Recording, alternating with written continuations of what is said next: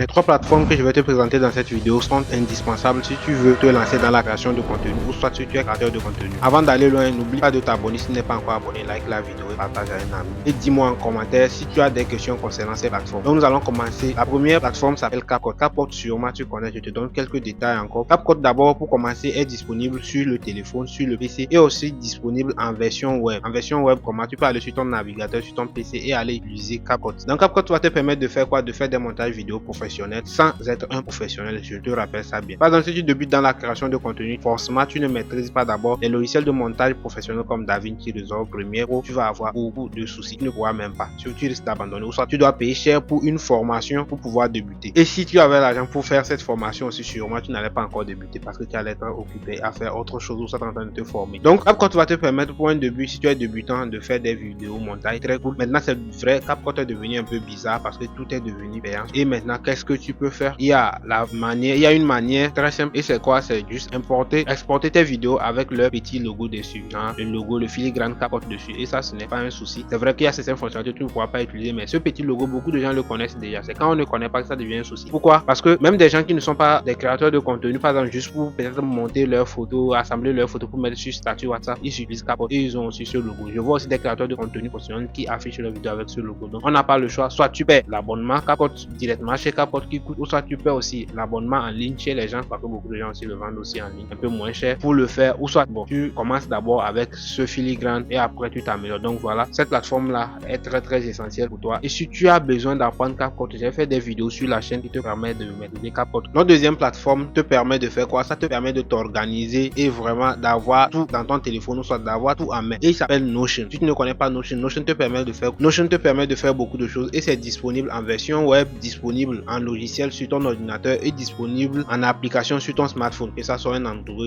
ou que ça soit un iPhone, c'est possible d'avoir Notion. Notion te permet de faire quoi? Premièrement, Notion te permet de créer des menus déroulants, des cases à cocher, de prendre note, aller même jusqu'à ajouter des liens, par exemple ajouter des photos à tes notes. Donc moi Notion personnellement en tant que créateur de contenu, ça me permet de faire quoi? Ça me permet de m'organiser et d'avoir tout vraiment à l'œil. Par exemple pour une vidéo, par exemple, il faut avoir l'idée, il faut scripter la vidéo, il faut faire des recherches sur la vidéo avant de commencer par tourner et parler. Et donc quand tu finis de tourner aussi, il y a le montage, le tournage, il y a les plans que tu dois tourner, il y a le montage aussi qui va te permettre aussi de finir la vidéo. Et ce montage là est divisé en beaucoup de tâches, hein. Il y a beaucoup de petits trucs à faire. Donc avec un menu déroulant ou soit des cases à cocher, ça me permet de rester. Parce que nous par exemple, on est créateur de contenu. Moi je suis seul, je suis le caméraman, je suis le directeur artistique, je suis aussi le mannequin, c'est moi qui ai filmé au même moment. Donc tout ça là, tu ne sais pas, tu vas te déborder à un moment. Donc Notion me permet de faire quoi? D'avoir des cases à cocher. Donc pour ne rien oublier, il faut faire la miniature, il faut rechercher le titre, il faut voir comment mettre en commentaire, la description, tout ça. Donc je coche en évoluant pour m'assurer que je suis à telle étape ou soit j'ai déjà fait ici. Si vous avez besoin de tutos concernant l'utilisation de Notion, vous pouvez dire en commentaire et je vais essayer de vous faire ça. C'est très pratique. Il y a des templates aussi qui te permettent d'organiser tes projets de vidéo. Même non seulement tes projets de vidéo, il y a d'autres projets aussi que tu peux gérer sur Notion. Notion vraiment te permet de rester très